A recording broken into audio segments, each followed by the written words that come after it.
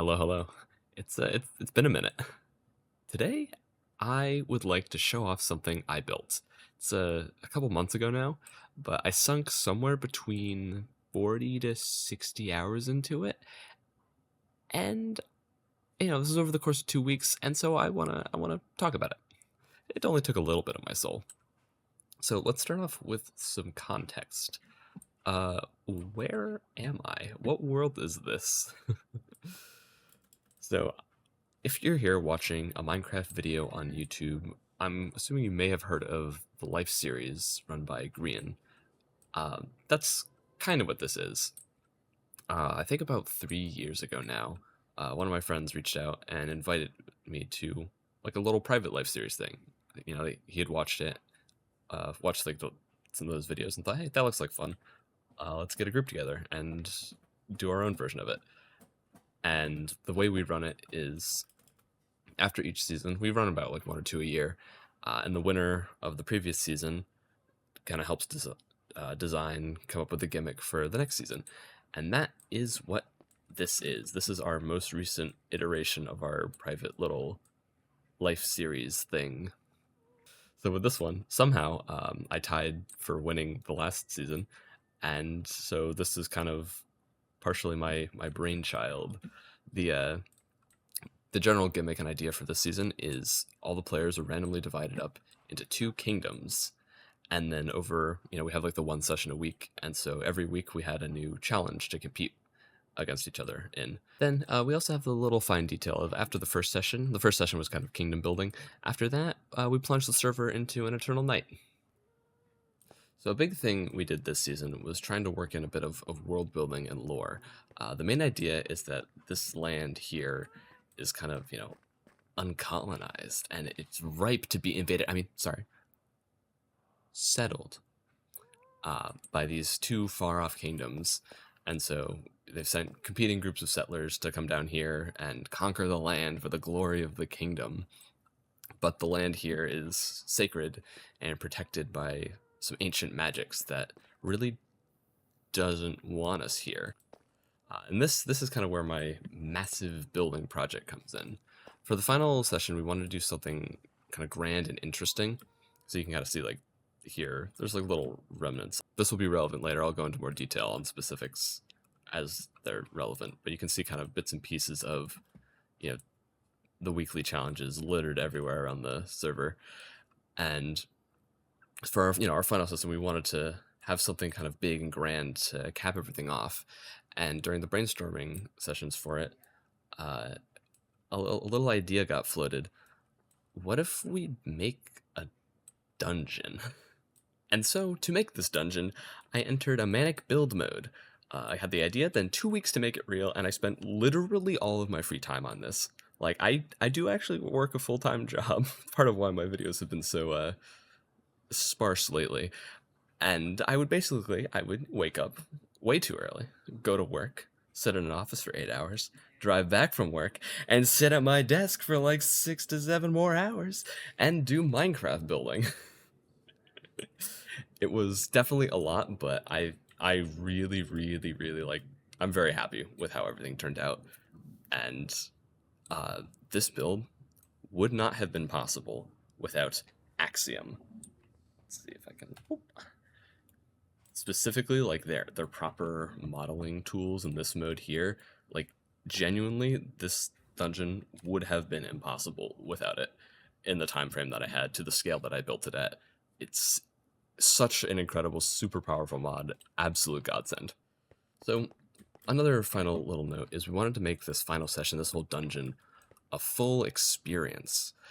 So in addition to the dungeon, my friend, the guy who kind of organizes and coded this whole thing, you may have noticed that when I crouched, we have some crazy data pack shenanigans going on here. He mentioned something a little offhand of, hey, we can do custom music for the dungeon. And so I put together a handful of like little playlists, I call them dungeon mixes, that played at certain like trigger points in the dungeon. So you walk through an area, it detects that you've walked through an area, and then it starts playing music from a custom data pack or resource pack that we have. So I'm going to try and kind of talk about what songs I had playing during each section of the dungeon, I'll add them in, I'll edit them into the video as well. Guaranteed copyright claim when I do that, but I think it'll be worth it because I really tried to go all in on vibe crafting for this dungeon. Before we delve into the dungeon, I want to kind of set the scene for our final session. I think that been going for like 10 weeks at this point, and the final session starts. All players are given a book.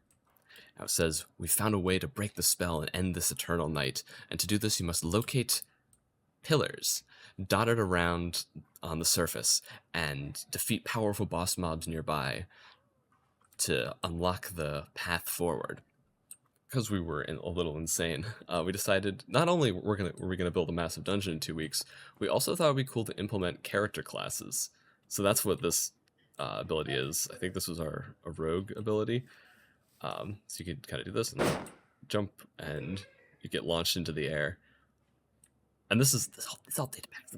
This is nuts. This is all like made in 2 weeks. I think there were like 6 classes. It was crazy that he was able to pull this off in the time that we had. So the idea was we have these pillars dotted around, and this was just to offer some boss mobs and like a little something to do before we fully delved into the dungeon, to get people familiar with their classes, and then also, you know, do a little fun build up before jumping in. These were all just big versions of mobs. I think one of them was a really big slime. I think one of them was also a really big shulker. That was good fun. And before we descend, I kind of want to show off the world we've got here. I'm really, really happy with how this all turned out. Like, I think we've built something super, super cool here. I really like what we were all able to do. I think around somewhere between 12 to 14 people were playing on the server. And this is kind of, 10 3-hour sessions. This is what we built. Now the boss has been defeated. The path forward into the dungeon has been opened. This uses some data pack shenanigans, so bear with me here for a moment. So you look around and you know that there are going to be crimson beams bursting forth into the clouds, and that marks the point where you must descend below the surface into an unknown structure. Pop. And now, once this happens, as you fall down this tunnel here and land in this little pool of water, the first bit of the dungeon music will start to play, which is a song Iron Carbine from the game Eastward, which to me just feels like a really great, the path has been opened song. And then it transitions into a little mix of other kind of industrial, ominous songs from Eastward, and I've threw in one game, or I also threw in one song from Pokemon Mr. Dungeon Explores the Sky. It's the Steam Cave theme. Now this little entrance here, we just triggered it via data pack.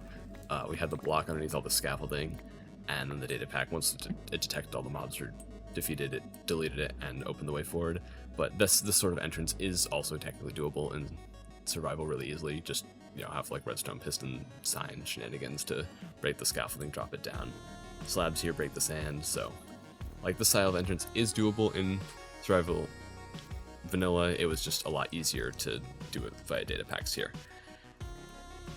So, welcome to the dungeon. This here is our little lobby area. As you can see, I tried to copy the style of the two kingdoms here for the two wings of this floor. So you have a spot to get acquainted with the rules of the dungeon, set your spawn, and then there's the 2 ways forward, kind of one for each team. I think little rule overview. And then we have this door here, which is the way forward, which is currently locked. You're not allowed to break blocks in the dungeon unless explicitly stated that you can. We'll get into that later. So we'll start over here with the Gilded Team wing. So this is another little rulebook that just explains what's the deal with these rooms. So these spaces, this is where Axiom was huge. So I carved these all out using Axiom. Specifically in the modeling interface, they have shape tools. So I would basically just make a volume using like the cylinder tool or the cone tool, then rotate it to a really weird angle, and then delete a chunk out of the world. And that's how I kind of got these weird organic-y, slopey shapes. And then once I had deleted out and made a cavern that I liked the look of, and some of this was also just natural cave generation too, which helps everything blend together nicely. So once I had a room that was the shape that I liked, I put in a few other natural or stone structures. So this arch here, for example, I love this arch. This is made using the torus tool, which is basically like a big donut. Rotated it to a weird angle, and then once I was happy with just the overall stone layout of the room, I went in and added, you know, all this texturing manually, and I threw in all these little structures, and then I threw in the core puzzle, which is this lock. So I feel like this is pretty self-explanatory of what it is. Basically you have all these item frames with an arrow in it, and the goal here is to get the arrows to point in the right direction. And, you know, you have to explore the room to figure out what the right direction for each arrow is. And if you get it right, it passes through a signal that says this room has been solved to the door, and once both rooms have been solved, the door up front drops. And behind this is 100% genuine J-Blocks redstone. And if you get it wrong, mob spawn. I'm not sure why. It should have spawned them everywhere, but poor guy. I don't know why it only spawned it here, but whatever. Something kind of neat with this is a little bit more data pack magic. So something we did with this series is, since it's like semi-hardcore, once you lose all your lives, you're quote-unquote out. But since this isn't a YouTube series, we didn't want to have people not able to show up and play once they lost all their lives. So we wanted to kind of create things for the dead players to do. And all this to say that the big thing that the dead players are able to do is manipulate the naturally spawning hostile mobs of the world. So you could basically customize the mob pool. I can showcase a little bit of that here, actually. So we have like this custom menu thing that was set up. You could go into the mob pool and change like what things were spawning naturally in the world, and then you could give them potion effects. It's all kind of nuts. Like for this, right, you can go through and like set what mod you want. It's bonkers. Again, this is, I did not code anything for this. I do not know how to do this. This is all like my friend who organized this whole thing. Nuts. So cool. So yeah, everything, and the way this works is it works by whenever a mob spawns in, it does some stuff with tags, and then it replaces the naturally spawning mob with something pulled from that mob pool. So from a redstone perspective, I can leverage that pretty easily by having dispensers. Oh, that's why they didn't go off. By having dispensers with just any hostile mob spawn egg in them, and then when the hostile mob gets spawned in, it just gets replaced automatically with stuff from the mob pool. So this just kind of adapts to whatever naturally spawns from the data pack and creates a very, very punishing challenge if you get the puzzle wrong, which is good fun. So let's start off. I'll just try to show you the solutions that I did for each one of these arrows. So it's basically, you need to find the terracotta that corresponds to each arrow hidden around here. So we'll start with perhaps the most evil one. Remember, I do have night vision on. It's just going to make this a more watchable YouTube video, but the people playing through this did not have night vision, which is why this one's evil. Hidden pebble within, this is your, I had to do this for like a hint. So you look around, so you know there's a secret here. There's something here. There is a way. There's a clue. There's an arrow. Where, oh where is this hidden pebble? So this, not only do you have to click it, then you have to realize that it opens a door over there. It is doable. It's tight. And then you get the answer for the blue terracotta here. And nearby, this one is a lot more obvious without night vision, but you can see there's a warm glow coming from under these stairs. So you slip under. There's another answer. Then, let's It's been a minute since I've gone through here, so I gotta kind of remember where all these are. This one was fun. This is a weird little parkour challenge. So you come in here. As you can see, there's things to jump on. Drop that you can't quite jump up. We're in creative mode, so we can just kind of... I'm gonna cheat. So you have to parkour your way through this little area.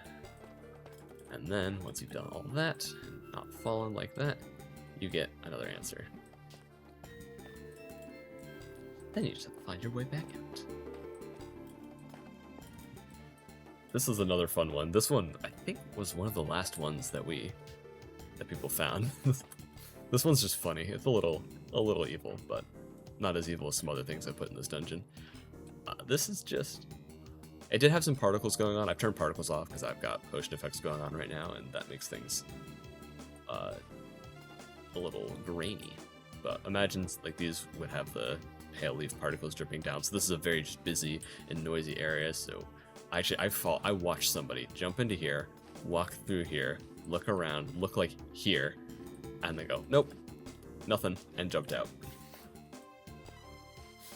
Which, for me, was very, very funny and very amusing. I had a great time watching people go through this. So I got another guy in here. This is also really fun to mess around with building just a super, super overgrown spot like this. I think this might have been one of my first real times messing around with the pale stuff, like the vines and the leaves and the moss. Great block. I'm gonna definitely be using it more. And a great, really fun vibe in there. Now, let's see, which one's next? So I think we got those three there. Is there one in, I think there was one in here.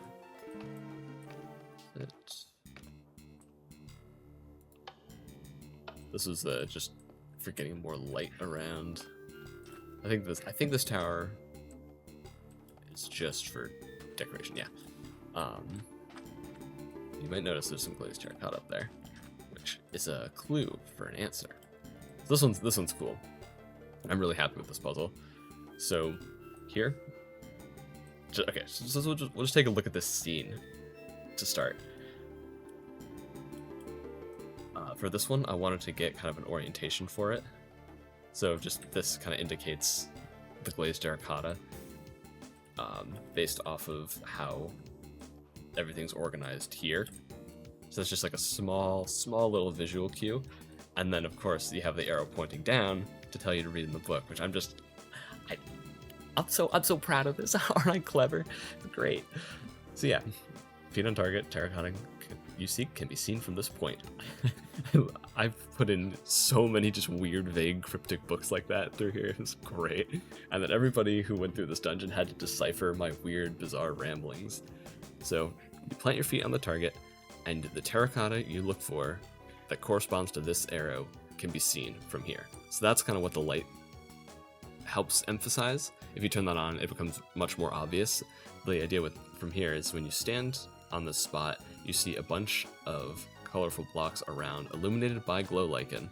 So they pop out again without night. I have night vision on right now, so that does affect this a little bit. You can see all sorts of colorful blocks. These threw people for a loop seeing them from other angles. But up here, you just have to figure out which colorful block is the block that you seek. And that's how you solve that one. Then, this one was cool. So early on, we wound up with a Happy Ghast. And we named that Happy Ghast Gary. So I believe... Yes. And we keep Gary in a place called Gary's Garage. So this was specifically tailored to the Gilded team. And then you kind of have this to indicate which terracotta it was. So you figure out... So that was like the idea with this puzzle. This one was another fun one. I think this took people a little bit to figure out, but it was cool to watch them solve it. And then I believe that's not everything. I know there's one that I missed. So up here, you just go on top. You can finagle your way up here, and then got that. I think so that goes there. This should be set correctly, so we turn off. Yeah, and you get a little doot-doot to show that you've done it correctly. So this might actually be in the solved state right now. the other one might be too. So that is the Gilded Room, and to get out, you have to do a little fun parkour challenge. And then we have the Moon Team Room. So similar setup here, cavern carved out by axiom, little rulebook thing, and a series of tailored puzzles. This was done pre-lightning rods oxidizing. That's funny. Okay. It's ruined the aesthetic of my build somehow. That was kind of good though. So very similar answer here. Yes. So you can see, I think this one they were marking off which ones they had solved. So this might be in a bit of a solved state, but that's fine. This is fun. This one took them a while. I think there were a couple here that got kind of messed up. This one might have been a little too cryptic and vague. So we'll start with it. It's back here. Again, another arrow pointing to the book to let you read it. The issue is it's this one's silly. So the correct answer for this is you just have to trust in the arrow. Then I walked into this room. I think we'd solved our side first, and I walked in to see how they were doing over here, and I watched them getting just completely mobbed. Very amusing. Back here, this is a fun one. So this is a reference to one of the challenges we had done. Yeah, one of the weekly challenges we had done prior. So somebody else on the server had made a very odd kind of, I'm blanking on the specifics of it, basically a very odd gambling game where you had a hand and some very convoluted rules. So basically it was, you have to get the closest to 8 without going over. But then there was like a weird thing where like a 9 counts as a 7 or something bizarre and weird and convoluted. So this one is basically point to the winning hand for that. I don't actually remember what the winning hand was for that, but I remember that I showed a little bit of mercy, and over in this vault area, this is copied directly from their base. This is like a little iconic spot, but there are these books here. I think, yeah, here we go. Rules. Yes, so these, yeah, the 7, 8, and 9 all have a value of 7. So I was, with the hand thing, I kind of wanted to leverage this weird extra bit of the convoluted rules and have that be the winning hand. And I showed mercy by putting that here because they were so weird and nobody was going to bring that book into the dungeon otherwise. This was another evil thing. So obviously there's hidden items around, and there's a billion paintings here. So obviously something, there's got to be something hidden behind one of these paintings, right? So you go there, you go there, you go there, you go there, you go there. That's weird. You go there, you go there, you go up, you go up. What do you mean? Okay, maybe there's nothing behind that painting. There's nothing behind that painting. Is there anything behind this painting? Could it be here? No, nothing there. What about this guy? Nothing. That's weird. There's paintings everywhere. There's hidden things. There's got to be something.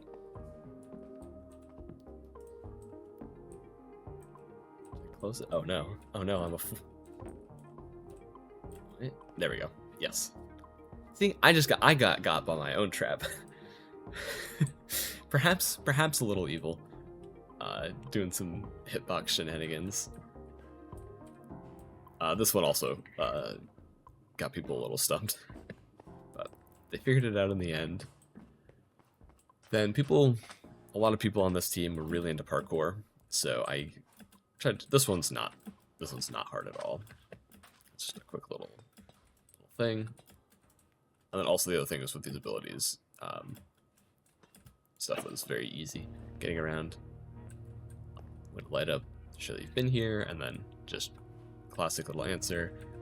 And then this one's fun. People wanted to do a lot of Neo jumps, so installed this guy. Tried to make it so that you couldn't jump over here. I think people did wind up just kind of hopping over with the abilities.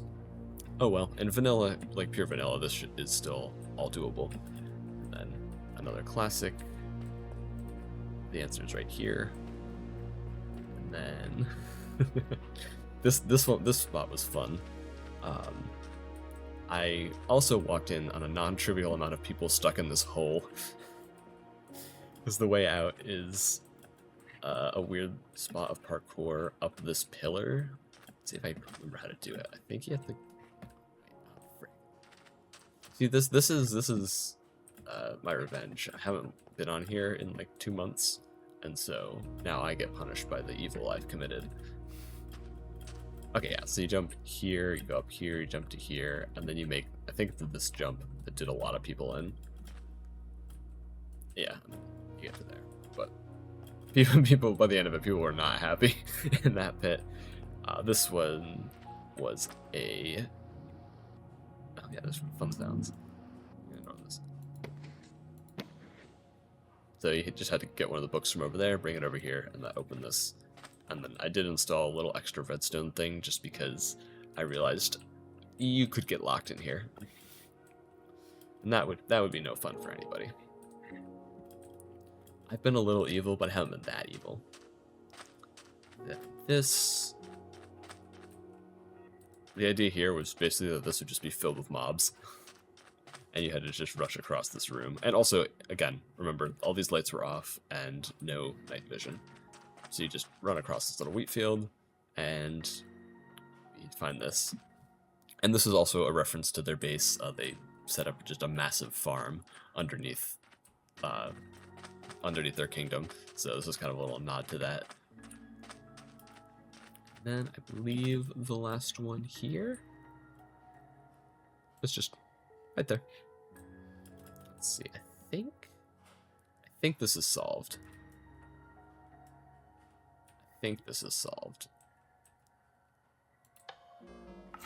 Ooh. Yeah. So this was gnarly. All right. Okay. I'm gonna need to solve this now.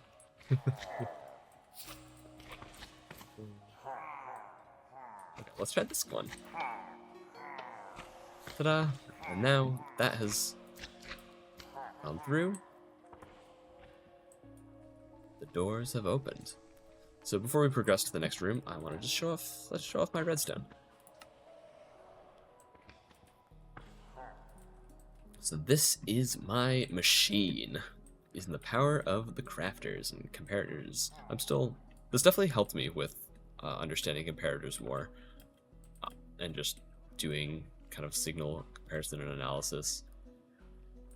Yeah, so basically the way this works is it's comparing what the signal state that the item frame is set to something set in the crafter, and then basically the rest of the circuit is set up like this so that basically it only outputs a signal when it's at, or it only turns off when it's at the correct value.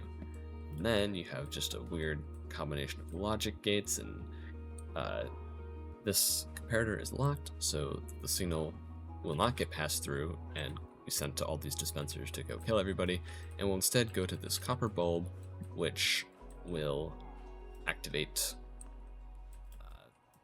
which will feed into the piston door here. And I think I set it up. Yeah, and this is our little music note.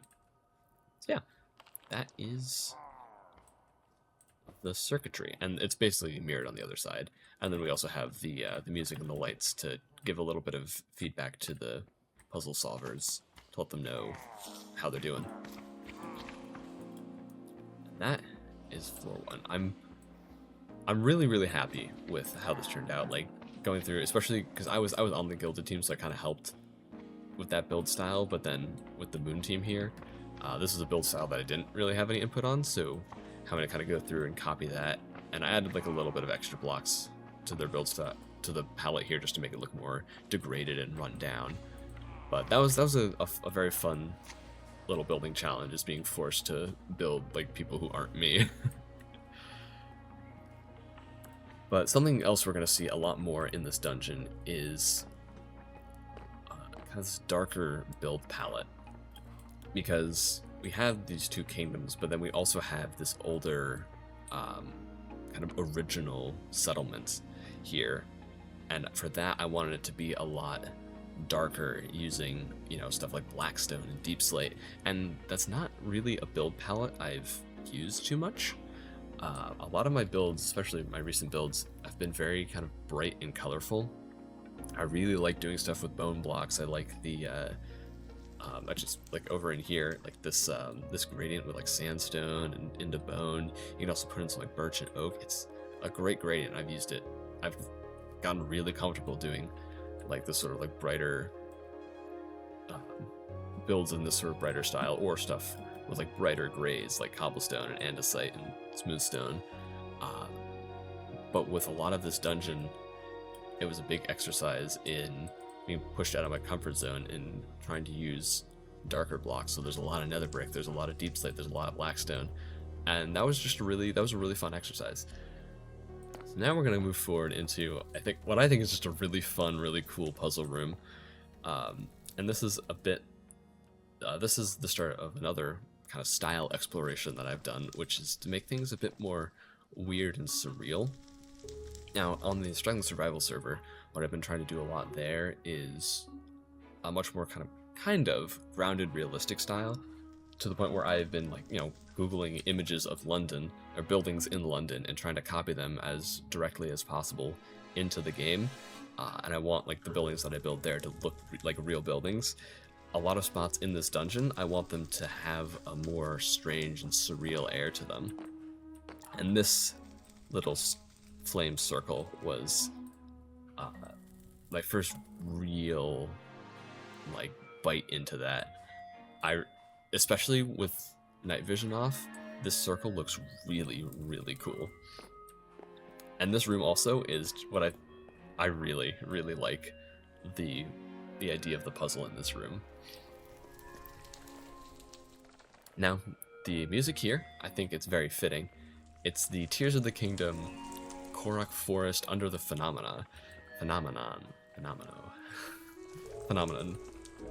theme. So kind of like a cursed, corrupted forest vibe, which I think really fits here. Now this room, honestly, I think it suffers a little bit with night vision, especially like the corners here. It looks a lot smoother, a lot more ominous with night vision off. So I'm expecting you to be in some nice sweeping flashback shot, showcasing the room in all of its spooky glory, and then, you know, put some creaking eyes in the wall to show the creakings. So this room is very, very simple. You have the bowl. You have danger hallways off to the side of the bowl. Inside of each danger hallway is a button. All 3 buttons need to be pressed at the same time to open this door. So this was one where I just kind of wanted to see what would happen, because I knew, like, you know, I didn't expect too many people to be dying, like losing all of their lives in these 2 rooms. So I expected basically, you know, 12 people or so are going to walk into this room, and you have to kind of coordinate to stop these creakings from rushing into these tunnels and killing everybody who goes into these rooms. And yeah, this one, the goal with it was just to create an environment that required everybody to do a level of collaboration to get through it. There's definitely, like, multiple ways to have gotten through this. This one I just wanted to see what would happen. Now, because I am unfortunately one person and can't split myself into 3 to go push all these buttons, we are gonna phase through the door. It's a bit of a slime block, piston slime block door. Looks very cool when it's opening, and I spun away very quickly because I want to do a bit more of a fancy reveal for this hallway, because I love this hallway. So, it's a descent down onto what I think is my favorite floor in the dungeon. But I love glazed terracotta. I love this hallway. I love this pattern. This looks like such a crazy, weird, and cool wallpaper, and just the way these blocks blend together. Like, you have, like, the edge of the basalt blending beautifully into the black terracotta here, and just kind of, it blurs the line between the 2 blocks just enough to give such a cool effect. I'm gonna turn hostile mob sounds down. And then you also have a similar blurring effect between the nylium and the stuff here, which just creates such a cool effect. And again, this hallway looks so much better in the dark. I love the brown glazed terracotta and how it looks like an eye. It's like such an unnerving shape, especially in Minecraft when you're used to everything being kind of like, you know, blocky and square. Like seeing just like an uncannily realistic human eye just looking at you is wonderful. So you finish up with this and you get your next batch of dungeon tunes. This is a collection of Zora music from Breath of the Wild and Tears of the Kingdom. So specifically starts with the Waterworks and then it blends into kind of the big Zora dungeons in those games. So a mix of the Water Temple from Tears of the Kingdom with the Divine Beast music as well. I really like those themes in particular because the way the music there is done is they build up as you progress through the dungeons, so more instruments are added, like the more parts of the dungeon you complete and unlock. And it felt fitting for this floor, which was one that I would assume people are going to spend a good amount of time on. This is my labyrinth. I went a little bonkers insane with this labyrinth. This took 3 days to make, and I love it. I'm very proud of this. What we're gonna do is we're gonna just kind of show the scale of what I've done here.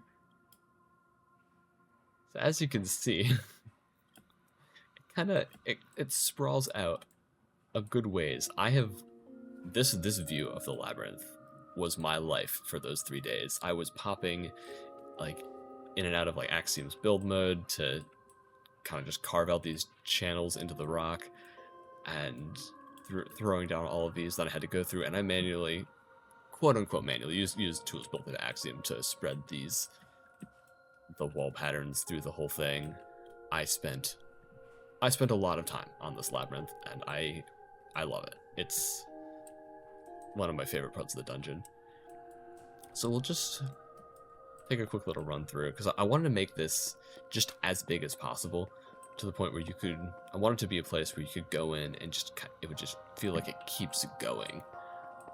I wanted to have stuff where people could get turned around really easily and just generally make a challenging space to explore.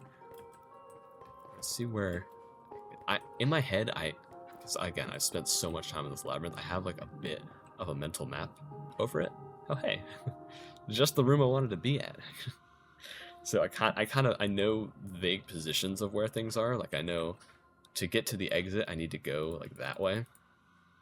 And I knew that this room was vaguely over this way, but specifics, I don't recognize like corners. I just kind of have a vague sense of direction of where to go. But that's just me because I built the whole thing.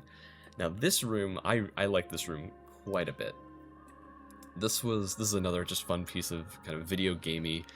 Pay attention to your environment. So if you just kind of walk in, just run in, guns blazing, and you don't know what you're doing, you're gonna have a pretty bad time. I know for a fact that this killed somebody, which made me very happy. I'm glad it got a victim. So if you kind of look, the way forward here, you know, pretty standard stuff. You know, you have like you can see the path, and you just gotta be careful about where you go. And I think in here, I just put a little bit of extra loot, some boots, so you can actually safely get through here. This is also kind of fun. So I realized with where I put the barrel that you could actually reach it from here. So I just kind of tacked some rails and ladders onto the barrel so you weren't able to access it from any side other than on there. And you can also, if you're feeling risky, you can do some parkour. I'm bad at parkour. But speaking of parkour, there were a couple other unique rooms in this maze. One of them is back here. So these are a couple of parkour challenges. This one I learned after the fact. I may have built it wrong. Oops.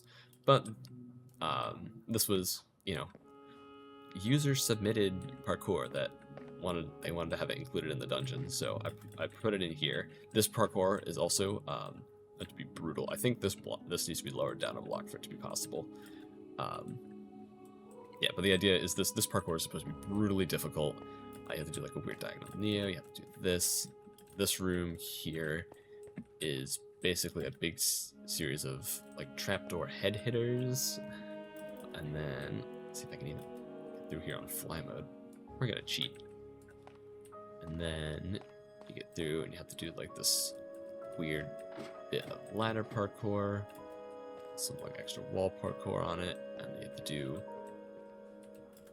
I think there's some sort of weird neo here. You have like ladder neo onto this, and then from this ladder you jump up around into here, and your reward for going through all that brutal parkour gauntlet is a totem in a life series game, so it felt fitting if you wanted to subject yourself to this parkour.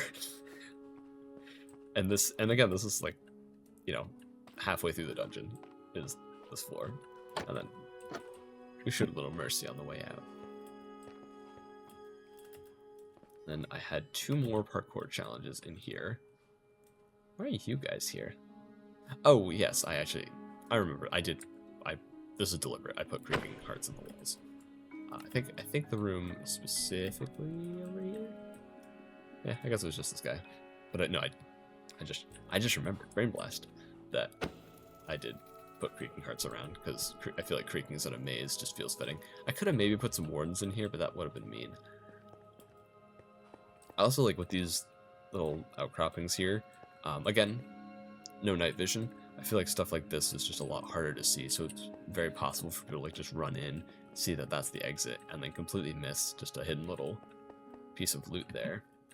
But this part of the maze does loop around a little bit. This feels like the wrong direction. I spent a non-trivial amount of time just flying around here. Okay, cool, we're close to the exit. And here we are. But we're not done on this floor yet. So back here is another bit of parkour, because a lot of people were really into the idea of doing some parkour, and this felt like a good spot to fit it in. It's not there.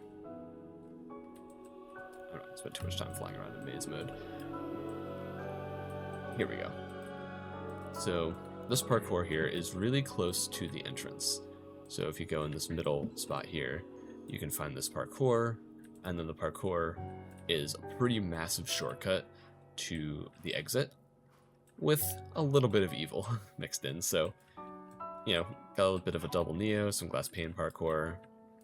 I did test this out, and this was doable for me. At least every chunk of it. I think there was one parkour that I made that was a little contested, and I believe it was over here. This guy, yeah. I think it's this. This Neo. I think it was doable, but I'm not 100% sure on that one. But yeah, this one was actually just a bit of loot parkour.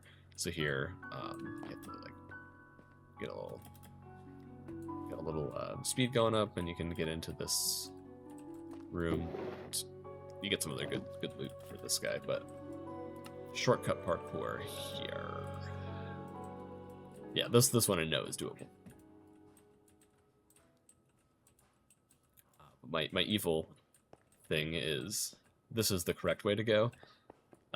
It's very enticing. It's very tempting to just drop down, and once you're here, you are nowhere near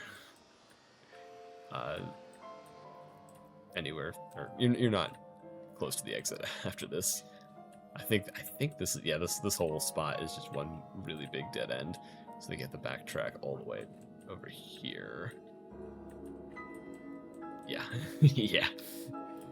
So yeah, you backtrack basically to this third entrance, so you wind up kind of behind where you first went in.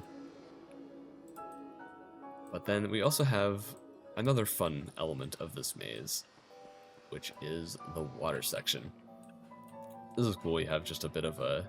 This is kind of what inspired the Zora music, is having these little water areas.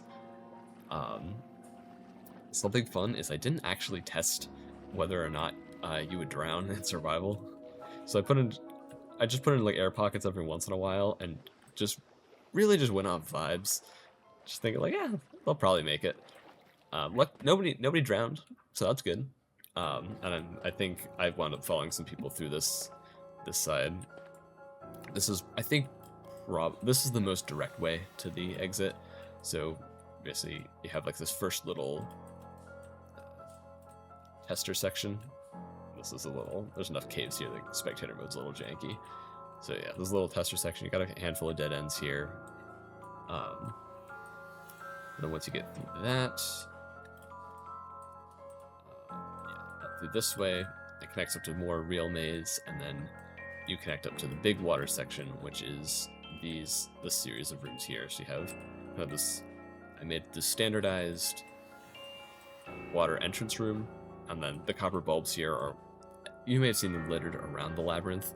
The idea with the copper bulbs is basically just to be able to light up the way, stop mobs from spawning, and indicate that people have been here.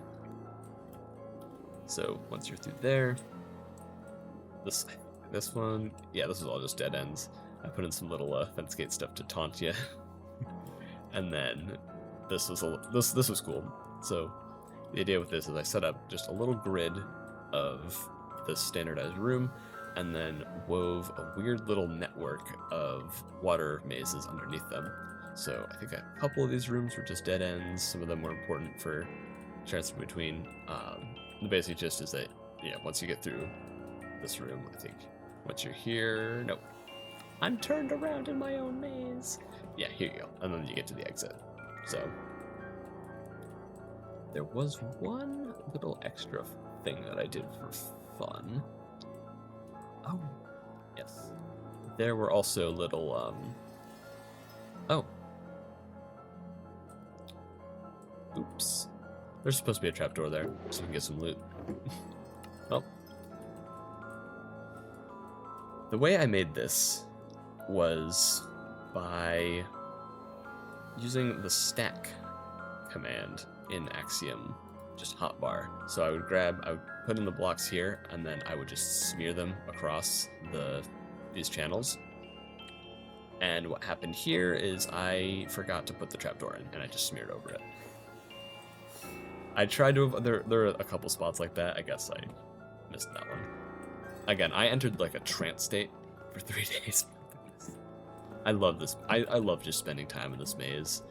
It's definitely like the tough here adds so much depth and texture to the maze, even though it is super repetitive. I feel like it works. There's enough like visual interest going on, and I don't think you want to make the maze too textured and interesting. You don't want to leave any landmarks for your victims who you've thrown into this place. Now, speaking of victims, I want to go back to that funny spike room, just because there is a fun little detail here. So underneath the spike room, there is, on the off chance that something weird happens and you survive this fall somehow, I did decide to make a little exit, and this goes all the way underneath the entirety of the maze and connects up to the water area. And I believe this water area is the one nearest. Yeah, this is connected to the guys near the exit. So once you've gotten through the maze, once you've suffered my labyrinth, I love this labyrinth. I've wanted to make a labyrinth in this game for so long, and this is just actually the perfect opportunity to do it. So I went a little nuts. Once you get through the labyrinth, you're greeted with this room. What does it says? Yeah. A fun, pleasant, friendly warning. So the room we are about to enter is a reference to a D&D campaign that most of the people on the server are a part of. It is the 3rd floor of the first dungeon of that campaign. So that's why these are on the ground. There's kind of a little reference to that. And the music that plays in this room, it felt really fitting. It's the Colgera theme. The Colgera boss battle music from Tears of the Kingdom. Incredible, incredible boss fight. Or boss music. The boss fight was very easy. So this room, to fall is to die. You have Gale over there, who is just going to be shooting at you. Now, we did some shenanigans with data pack shenanigans with Gale. If I set myself to survival, I'm gonna die, and there's also data pack shenanigans going on where Gale might not even attack me. But basically, Gale shoots a combination of a fireball and a wind charge. So if Gale hits you, you're gonna just pop off and fall and die. I was thinking about maybe putting in some buttons and dispensers here that would be activated as well, that would spawn in stuff like evokers to make this even more insane, but I decided against that. So the idea with this one is also, to fall is to die. So if you plummet down there, you're gonna get swarmed. And the really fun part is I designed this place in such a way that you can't actually get out for most of the edge of on most of the edges of this pool. You have to come back to this spot here, jump out, and then you have to do a loop around. But if you go this way, you get trapped under the boards, and I think these guys can still fire at you. And so instead you have to kind of like do a little parkour and get over and run around this way. So the intended way is you just descend by taking this really, really big ramp all the way down while you're dodging fireballs from Gale over here. I'm really, really happy with this room. This room was a big... This to me felt like the biggest exercise in the darker block palette that I was talking about earlier. Specifically, I really, really like this ceiling and the gradient I've got going on here. So I mean, I use Tough a lot, but for me, Tough, sometimes Deep Slate is like the darkest block that I use in a standard gray. But in this case, you know, the Tough is the lightest block, and then this Tough down to Blackstone looks pretty sick. And then having some extra little nether brick accents, doesn't look too shabby if I do say so myself. And also, these pillars, this room also looks pretty sick without night vision. I was very deliberate with the lighting here. I put one piece of glow lichen behind each one of these archways, just to make everything look a little ominous, give a little bit of glow and lighting to it. I played around a lot with lighting in this build, which is a little unfortunate that I'm just kind of wiping away all of that with night vision, but thankfully we have flashback, so hopefully that'll come through there. And then of course more glazed terracotta around the edge, because glazed terracotta is incredible and makes so many beautiful, beautiful shapes. And yeah, for this pillar here, I tried doing a little bit of shading, so like I'm treating this as the darkest block, and then making this look like a shadowed lip underneath the dark oak here. That just kind of goes down. I'm just overall very happy with this room. I like the pattern I got going here on the ceiling. This is just, I like the ceiling a lot.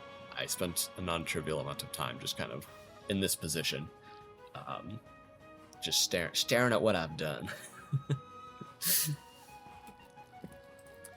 But yeah, this room was meant to be blitzed through, and just basically get out of here as fast as humanly possible. So once you've survived your encounter with Gale, and you run through here, you get hit with a place to set your spawn, and our last big set of dungeon music. The music here is kind of a mix of some spooky abyssal music from some Pokemon games, and then that transitions into some final dungeon music from Breath of the Wild and Mystery Dungeon Explorers of Sky.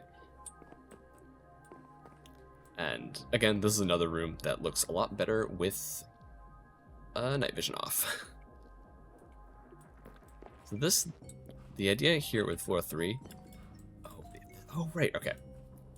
Before we get into that, this is just messing around with glazed terracotta, and this is, I think, maybe my first foray into leaf litter.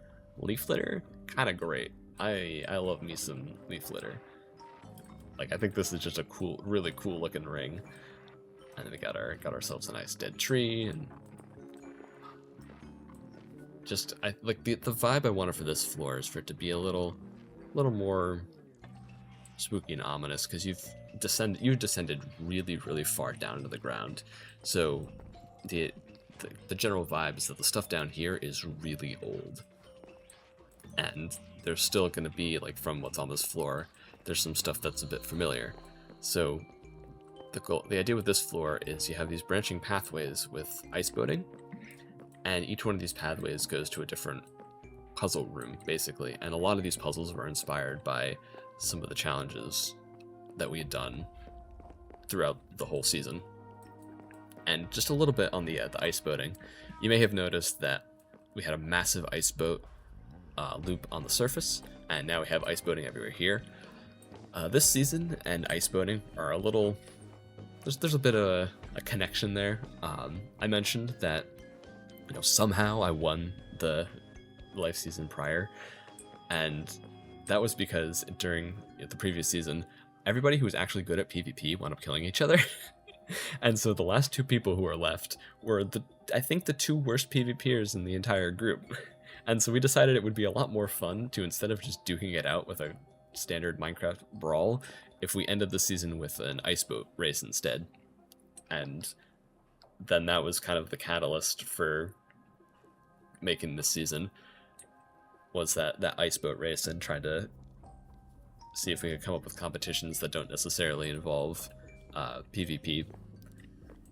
And so I tried to incorporate, like, the elements of ice boating into the dungeon in a bit more of a major way than some of the other challenges that we had done. So I guess right now with this, we'll maybe just go down the rainbow. So the idea of this is, as you can see, that we have these color coordinated lights up top, and these correspond with the different paths. And basically for each path there's a redstone circuit that gets completed in each puzzle room, and then that turns on these lights. These lights will light up to indicate which ones have been done. So, our redstone room. I think I gotta take a boat down. And I was thinking about being... Yeah, as you can see, I'm kind of reusing my labyrinth aesthetic down here. I was thinking about being a little evil with these tunnels and sticking evokers into the wall to make the trek down to each room a bit more fun and exciting, but I decided against that. I channeled all my evil into a different room here. This room is cool. This is, I think, the only room in the building where you're allowed, or in the dungeon, where you're allowed to place blocks. So the gimmick here is you have this barrel and this thing with a button, and you have these little nubs on the wall. These nubs want to be powered by redstone, and you're given a handful of redstone components. And what you want to do is connect this button up to this block of gold, and that will activate the light. And using only the blocks available to you, you have to figure out how to do that. So the goal here, we're gonna cheat. So if you power this guy, it opens up a little extra cache of redstone blocks, so you get a bit more to play with. Then if you connect up to this guy, you're given a second cache, more redstone blocks. And I did a little testing in creative, so there's a handful of ways for you to actually solve this. Technically, all you need to do is unlock this one. And I'm blanking on the specifics, but I think there's a way with what you're given here.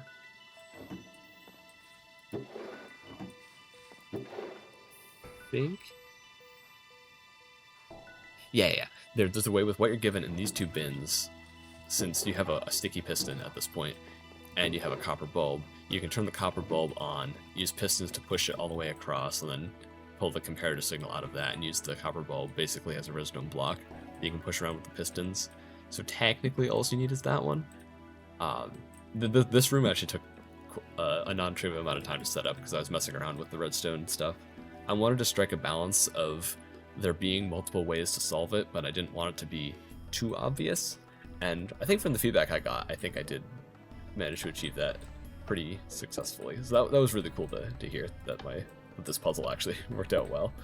I'm really proud of this room. I think this is a cool and fun puzzle.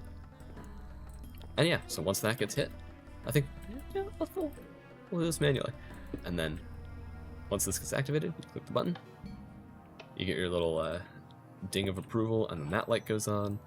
And if we go back down to here, I'm so good at ice boating. then you'll see that light has been turned on, and that light has been turned on. Also, shulkers.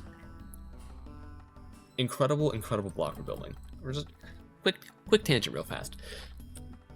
The shulker box texture is one of the best colored block textures in the game because they actually have this natural gradient built into them. They start off, every single one of them is like this. They start off like quite dark at the base and then they lighten up as you go across. So you can create some really cool effects with just a natural gradient built into the block like this. I think off the top of my head, like the only other block that is like this is basalt, which is you can do some really cool stuff with. You know, the issue is shulker boxes, so they're entities, so at a certain point they just kind of pop out of existence. So he's there, and eventually he's gone. But especially in small spaces, like the amount of like texture and detail that you can get from this is just wonderful. Like, just gonna quick little thing. You just have in like an indoor space for detailing, you can just have this ledge and get this super textured gradient just for free, just built into this type of block. It's great. Also, funny spiral, which is just a cool, neat little texture to play with as well. Tangent over. Let's see what was down the orange line. I believe this one was the trivia room. Yeah, so this one was basically, this one was fun. Just testing your people's game knowledge. I don't want to go too in depth here because I think people, like specific people we play with, get named. So I won't dox. It doesn't really dox anybody, but like, I don't know. So basically we have 10 questions. This is, the redstone here is actually identical to the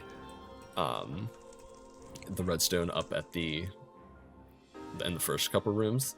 It's literally just reading out of the, I had to write this for myself. Basically we're reading the comparator from the book and then comparing it to this guy. And the one caveat is that since it is this answer plus one, the answer couldn't be on, I think, the last page. Yeah. As it says here, a reminder for myself. There's some weirdness for it that I forgot about, and so we just have that on either side. It's literally exactly the same redstone, even down to the music notes. Well, let's see if I got this correctly. Similarly to how I did it in the first two rooms, rats. Mobs should have spawned. Maybe the spawning stuff's being weird. Okay, which one did I get wrong? Fascinating.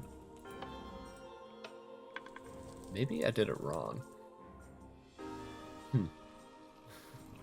This is embarrassing. Third time's the charm. Hooray! I'm so good at trivia. I remember things that happened 2 months ago after my 60-hour building stint. Then, let's see, this one. If this one's the one that I think it is, we're going to come back to it.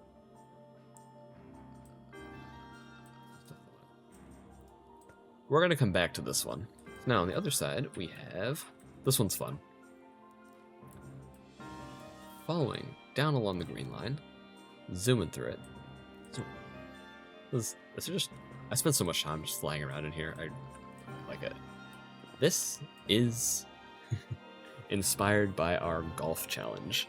So the idea with this one is one person has the driver and other people have these little golf rods. So all you really need for this one is 2 people. And basically using a combination of this unbreakable fishing rod and this knockback stick, you have to make your way up to that button. The idea here is you have to get knocked over this pit, and then the person who is getting like knocked around, they have the fishing rod, and then they are able to like fish the person with the driver across here, and then they have to stand here, get smacked over this wall. Then they have to use this ledge to pull them up over the wall, and then kind of that similar like inchworming way up over to this button. And this specific course here is copied directly from the overworld. This was built during, this was like the most infamous golf course during the challenge, and we all walked up to it and just were like, oh my god, what, how are we ever gonna hit par on this? It was a good time. So it felt fitting to bring that down into the dungeon.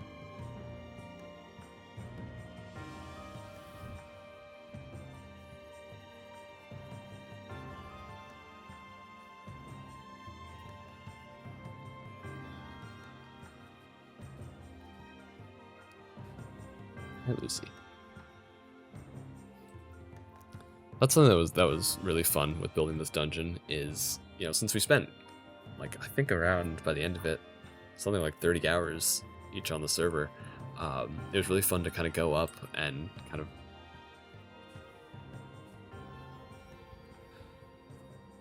Sometimes you want to record a video, and sometimes you have a cat happily wanting pets, scritches, snuggles. Hi, Lucy.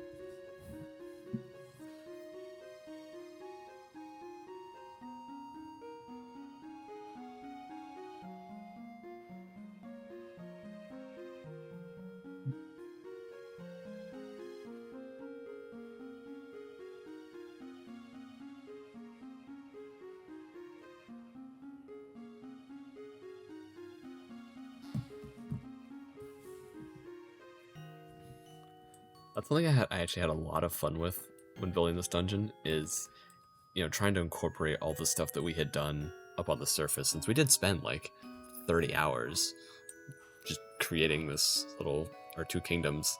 I really wanted to, you know, take some stuff that other people had built and bring that down into the dungeon to immortalize it a little bit. And I think that was really cool to like figure out ways to incorporate them into the builds and build around them. Got a cat very vigorously licking my fingers. So down this tunnel here is another instance of data pack shenanigans having occurred. We'll see if they actually activate, because it looks like a lot of the data pack is still functional, which is pretty cool. This was a reference to a kind of point holding challenge that we did.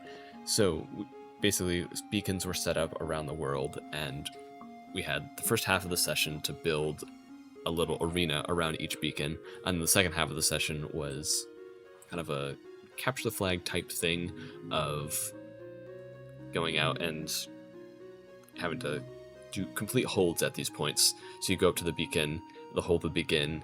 It would take about 2 minutes, and it would spawn in waves of mobs. And if you moved more than, I think it was a 10 block radius away from the beacon, the hold would start to fail. And if you didn't get back into the hold range within like 5 seconds, the hold would fail.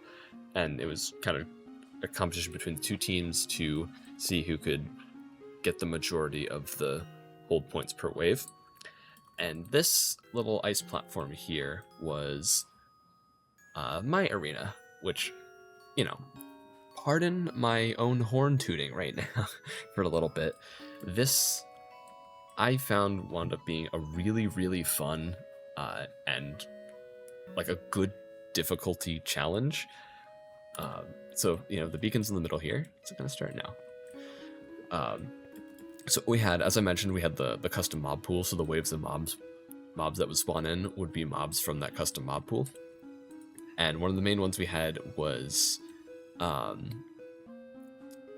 shulkers. And that was kind of key to making this like platform hold so perfect. So A, it's ice, so you're kind of like jumping around, you're slipping. It's really easy to slip off and fall into the water. This is like just out of range, so if you fall like down here, you're out of range. You have to get back up onto the platform. I think we had like skeletons and pillagers too, so they were like shooting you off.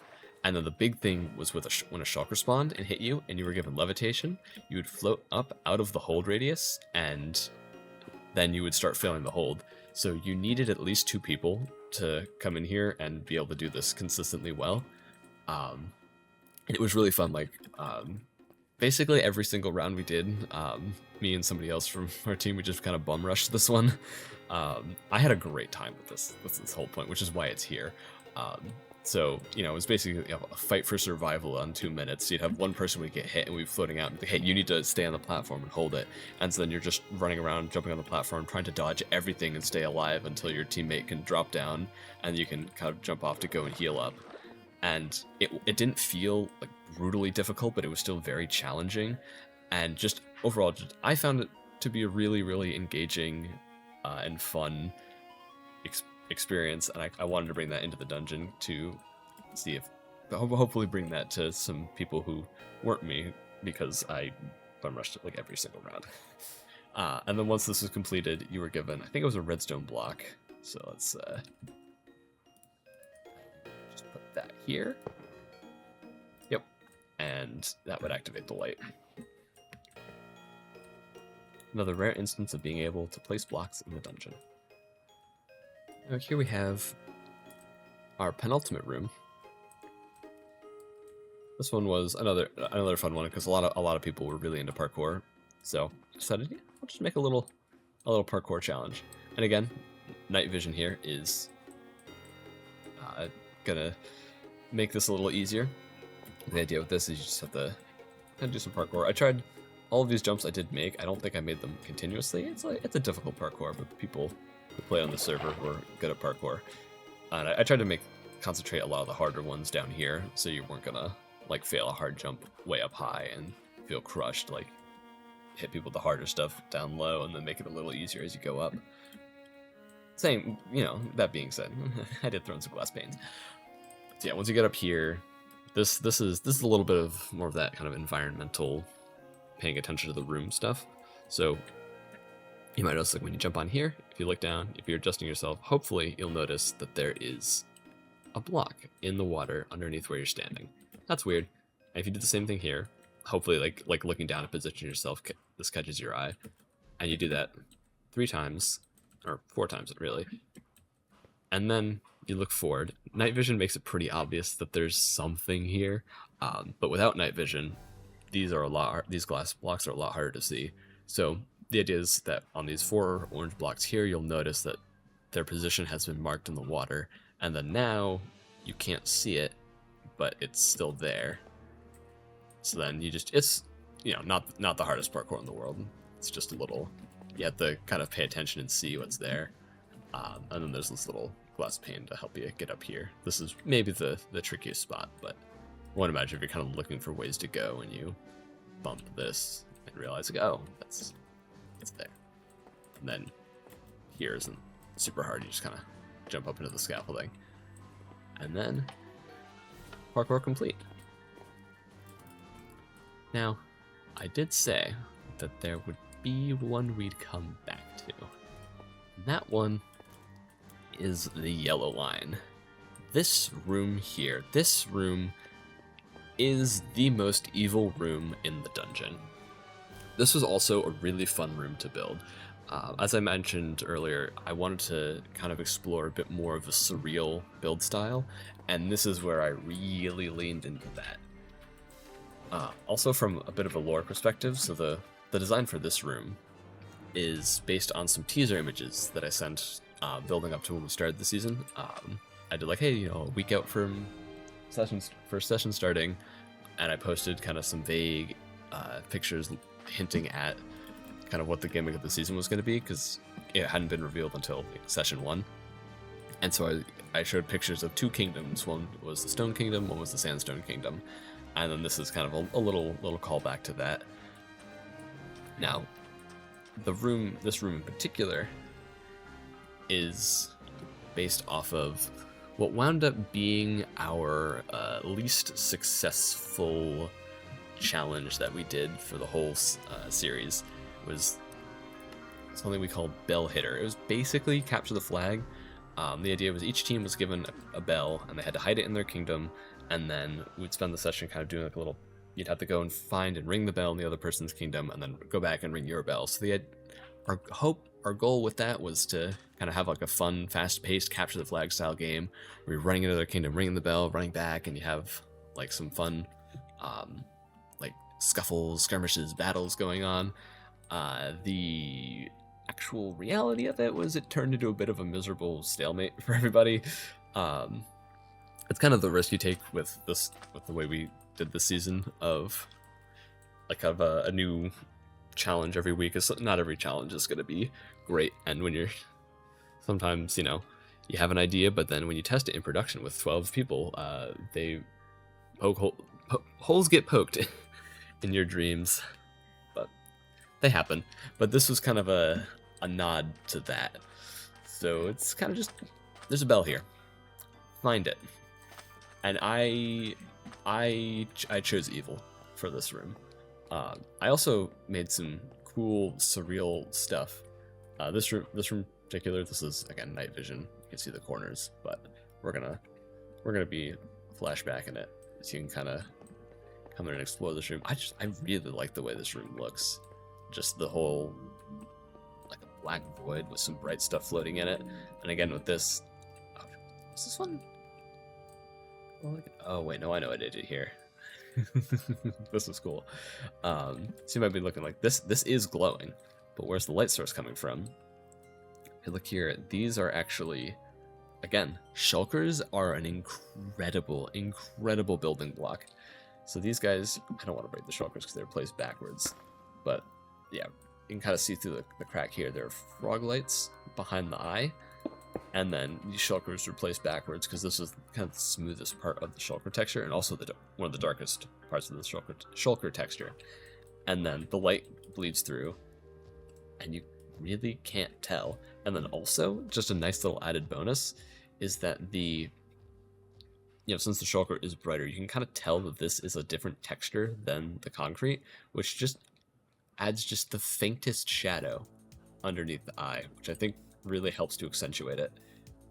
And I just really like this room. It's like a fun little callback to the Creakings, and also the Creaking and this eye theme will make a bit more sense once we get to the final room, so I'll talk more on it there.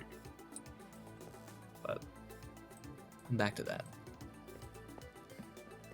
This is basically like pretty much Labyrinth Part 2. There's a bunch of little nooks and crannies. Obviously, it's gotta be painting.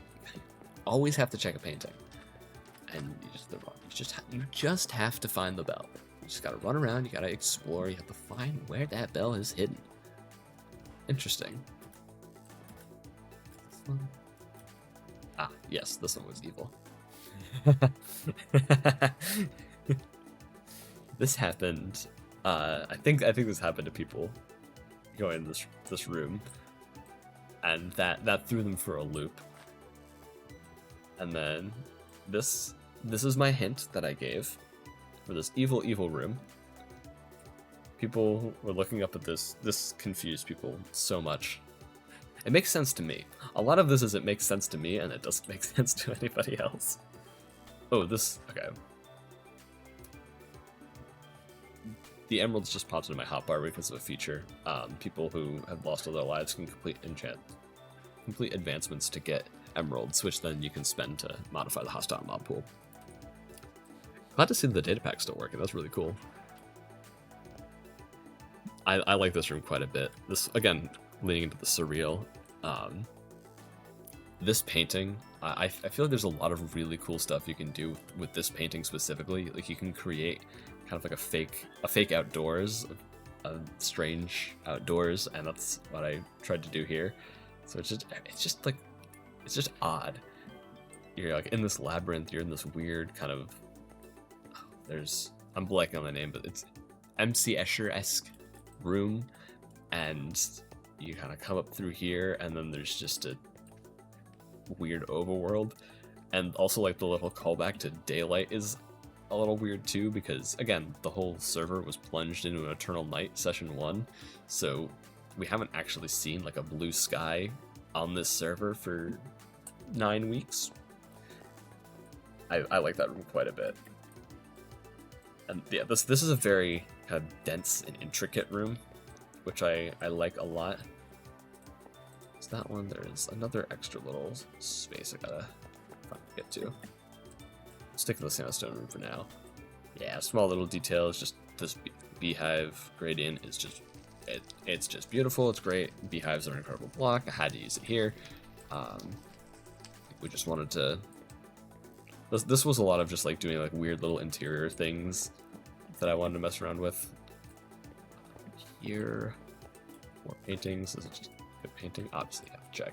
I have to check because I'm pretty sure I didn't put anything back there, but it's been a few months, so. And then here, obviously, I have the chisel bookshelves to maybe tease, maybe it could be back there. Storeroom. I just want to put in as many nooks and crannies as I could. And then I think we haven't been over here either. There's another room that I know we haven't been to. This is just to taunt people. It looks like a bell. But wait, there's trapdoors. Maybe we can go into crawl mode.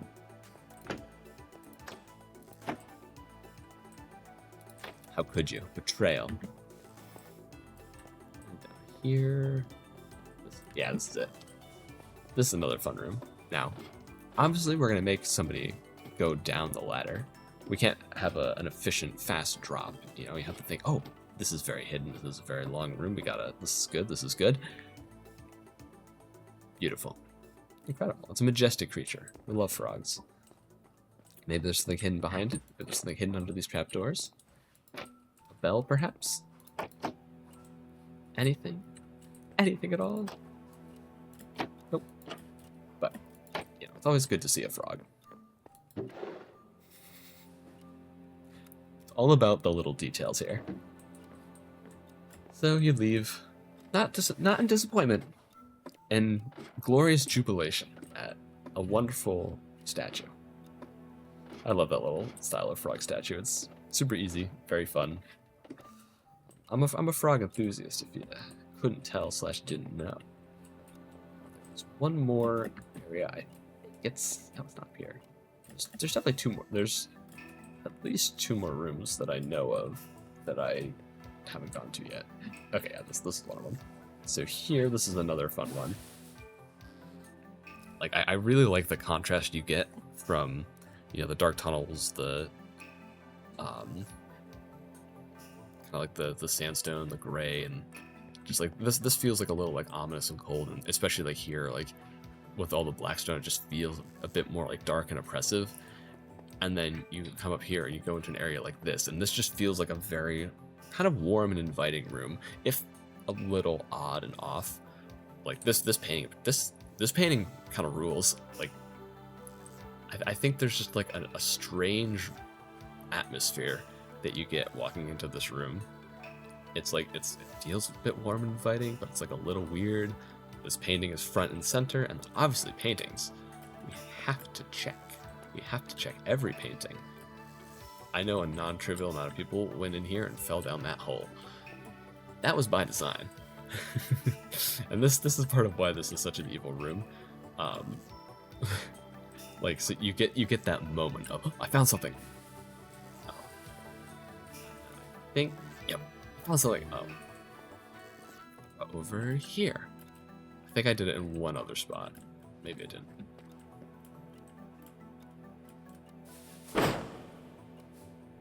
Whoops. Who's down here? Ah, yes. So this was just kind of a way out, and then the other one is you drop down and you fall here through those two holes, and then to get back up, it's just kind of hop it back over here. So people. So when I came down to this floor, I was helping out in one of the other rooms, and someone was like, "Hey, we're in the bell room. We can't find it." So I wound up coming over here because they were struggling. Again, at risk of repeating myself, this room is evil. This is such an evil room. I had a blast building it. I really liked this room. It was evil. The people who were in here trying to solve it were suffering. Whoops-a-daisy. So as you've seen, you know, the area to get to the bell has actually been shown to you. It has appeared on screen. There is something off that people may have noticed. It is also probably a bit more obvious with night vision. But if we go back over this way, if you want now, let's get that. Let's get those metrics up. Let's get a little bit of engagement going. If you want, you can scrub back through what you've seen of this space before, and see if you can spot it. I've definitely given a hint because it's up here. We go into here in this room. This room here carries the way forward. We'll go back through. If you remember this hint, look up at this weird 3x3 grid. Now, eagle-eyed viewers may recognize this as a specific crafting recipe. With, you know, if you put planks into this shape, you get a specific type of item. Maybe not this item exactly, but same family. And also the fact that it's up is a secondary part of the hint. So if we backtrack here, go back into this room, and look up, you can see the one little bit of evil I've done. So it's very easy to miss. So you just kind of like look up in this room. This is how I think it got discovered. And also, you know, it's a different color up there too. That's another small bit of mercy. I could have made all of these planks up here mangrove as well, but I decided we won't do that. So what you have to do is drop that trapdoor, hop into this boat, and then you have the bell. And this is how, this is why you get Sneak 100 when you come up through here. And you just have to do that. And the room is solved. It's that easy. But yeah, nobody saw this. I had to give a bunch of hints. And I think I maybe could reposition this. Maybe I could do it like this. I did mess around with the positioning a bit. I think this way makes there a bit of a gap there. Or maybe, oh yeah, that has like, you have some clipping there, which that's no good. That's too obvious. It's like flashing. It's basically telling you exactly where this is. I maybe could have messed around with some hitbox stuff. Like I think if that lightning rod wasn't there, I could push it back. Maybe honestly now it's modern version. I could maybe put a shelf there. But I think having the little bit of the boat model clipping into the ceiling. Whoops. Speaking of clipping into things, having that clipping up into the ceiling, like as a little hint / giveaway is probably good, probably a bit merciful and kind. But yeah, that is probably the most evil thing I've done in this dungeon. I love this room. It's great. All the people who suffered through it kind of hate it. It's great. It's great. It's great. It's great. I'm a good puzzle maker. So now all the buttons have been pressed. All the buttons have been activated, or all the redstone lines technically. Oh, we'll show the redstone off a little bit actually. It's literally just directly above the concrete. I have just a bunch of repeaters and redstone going through. All hook up, and this door has dropped. Now, as we walk through this threshold, the last bit of music will start playing. It's, I believe it's the Hyrule Castle Chasm theme from Tears of the Kingdom. That's just a really good, ominous build-up. And one final boat race to commemorate the season. Because again, as I said, like, boat races were kind of important for the season. This whole channel was just carved out with Axiom, and then I think I threw down the sheet of ice with Axiom as well, and just kind of cleaned it up manually, put down as much light as possible to make sure mobs couldn't spawn. This was a little chaotic with, again, like 12 people going through here, and we did a little evil putting these barriers out. Definitely, I feel like an ice boat race in an enclosed space like this is very, very tricky. But then once you get through, the final boss music for the dungeon starts playing. Dialga's Fight to the Finish, an incredible song from Pokemon Mystery Dungeon Explorers of Sky, Time and Darkness, and what really felt like a very fitting conclusion. You have a place to set your spawn, you have a few bits of food items for people who get here first, who win the race, and we have a boss bar.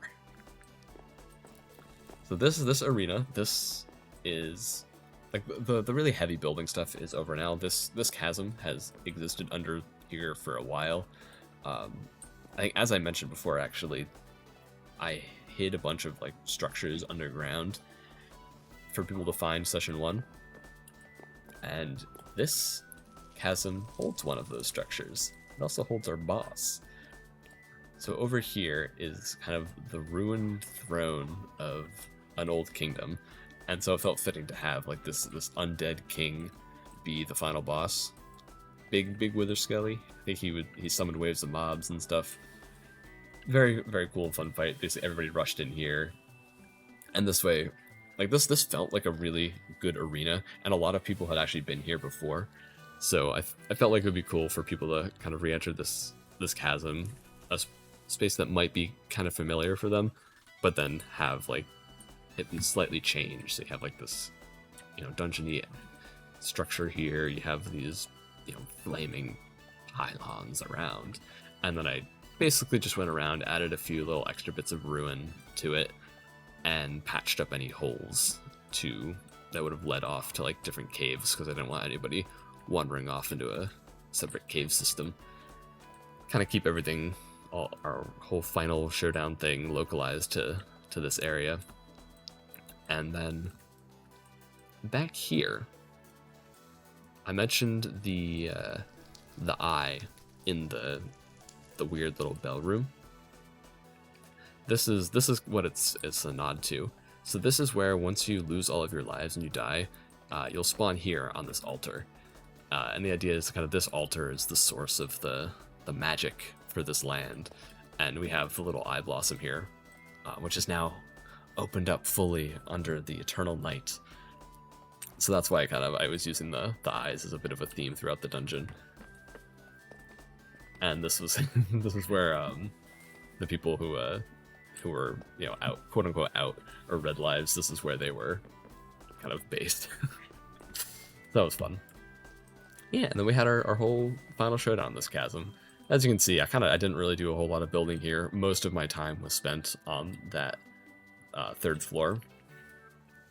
And that is the dungeon. I am really, really proud and really, really happy with this build. And now I think we can go into spectator and show off just the scale of this thing underground. I love this thing.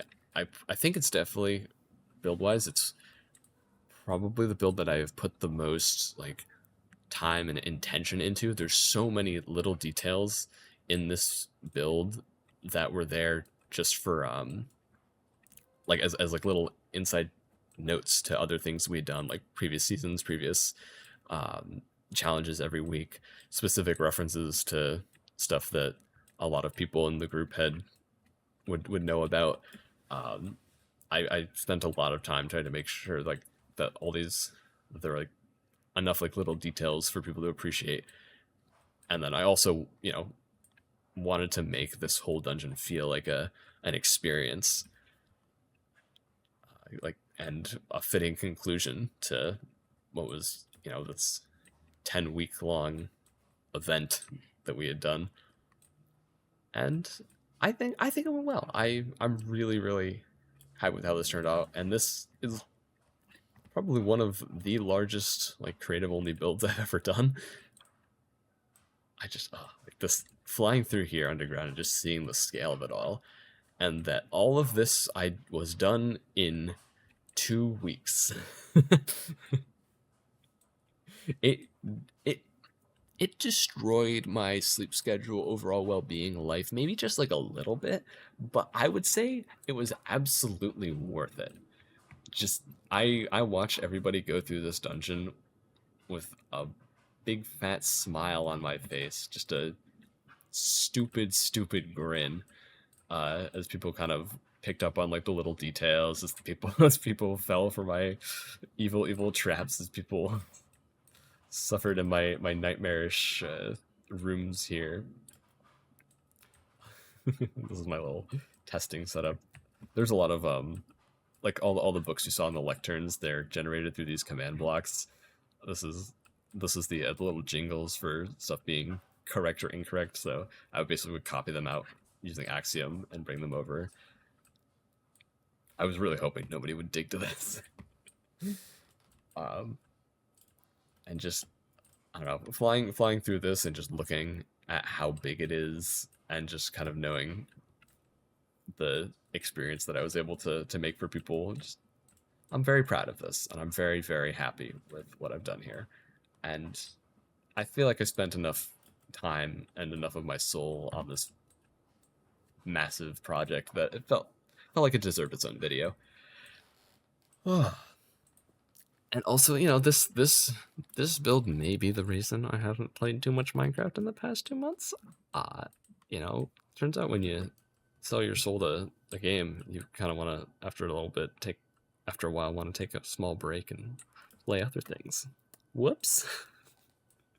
But I do have plans to try and do some more building, some more survival server stuff more regularly. It's just, life is crazy. Sometimes you just can't get hit with massive building projects that empty the tank.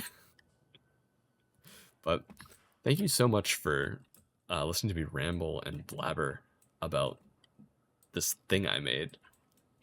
And I will be seeing you at some point in the future to do it again. I hope you have a wonderful day. See ya.